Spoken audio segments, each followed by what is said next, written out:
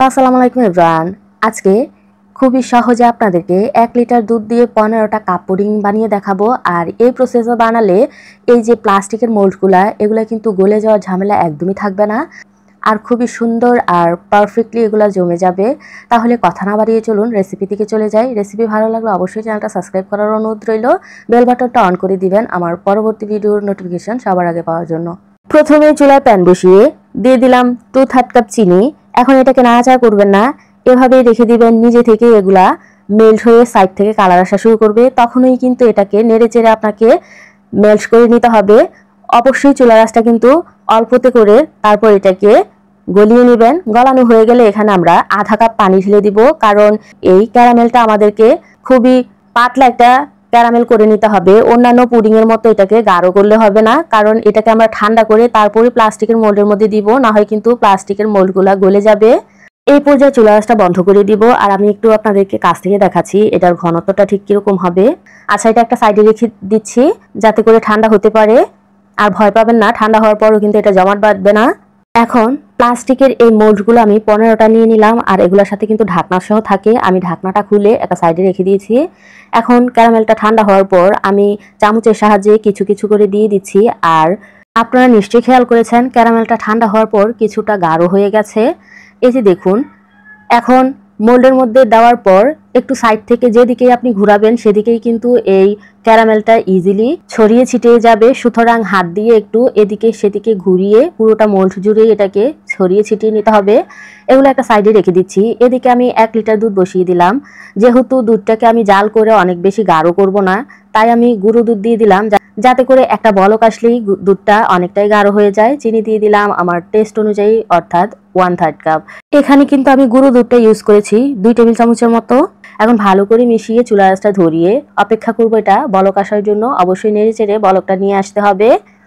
এই যে দেখুন, আমার দুধের মধ্যে কিন্তু বলক চলে আসছে। এখন আমি চুলার আঁচটা সাথে সাথে বন্ধ করে এটাকে একটা সাইডে রেখে দিব ঠান্ডা হওয়ার জন্য। অবশ্যই কিন্তু নেড়ে চেড়ে ঠান্ডা করতে হবে, না হয় কিন্তু উপরে একটা সর পড়ে যাবে, যেটা আমাদের একদমই প্রয়োজন নেই।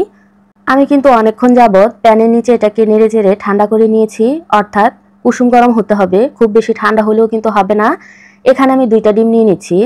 আজকের এই 1 লিটার দুধের জন্য 2টা ডিমই কিন্তু যথেষ্ট। আপনারা চাইলে কম বেশি করে নিতে পারেন। এখানে কিন্তু 3 থেকে 4টার মতো দেওয়া যাবে। যারা ডিমটা খুব বেশি পছন্দ করেন তারা কিন্তু এখানে 3টা অথবা 4টা দিয়ে দিতে পারেন। আমি একটু ফেটিয়ে নিলাম কাঁটা চামচের সাহায্যে। এখন এই ফেটানো ডিমটা আমি দুধের মধ্যে দিয়ে খুব ভালো করে নেড়ে চেড়ে দুধের সাথে মিশিয়ে নিব।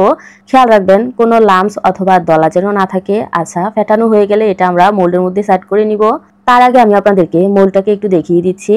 এই যে দেখুন, ক্যারামেল দেওয়ার কারণে কিন্তু আমার এই প্লাস্টিকের মোল্ডটা গলে যায় নাই বা ট্যাপ পড়ে নাই, কারণ আমি পারফেক্টলি ক্যারামেলটাকে মেল্ট করে নিয়ে তারপর ঠান্ডা করে দিয়েছি, যার কারণে এটা কিন্তু কোনো কিছুই হয়নি। এখন মোল্ডের মধ্যে কিছু কিছু করে দিয়ে দিতে হবে। অবশ্যই কিন্তু দেওয়ার আগে দুধটাকে একটু ছেঁকে নিতে হবে। আমি অফ ক্যামেরায় ছেঁকে নিয়েছিলাম। আজকের এই 1 লিটার দুধে কিন্তু আমার বরাবর 15টাই হয়েছে, একটু দুধ কিন্তু অবশিষ্ট রয়ে যায় নাই। আচ্ছা, এখন দেখুন একটা কেক টিনের মধ্যে আমি কিছুটা মোল্ড বসিয়ে দিলাম। এটা আমি ওভেনে বেক করব। কিছুটা গরম পানি অবশ্যই দিয়ে দিবেন, আর উপর দিয়ে এভাবে ফয়েল পেপার থাকলে মুড়িয়ে দিবেন, অথবা কোনো একটা ঢাকনা দিয়ে ঢেকে তারপর এটাকে 100 ডিগ্রি সেলসিয়াসে 30 থেকে 35 বেক করে নেবেন।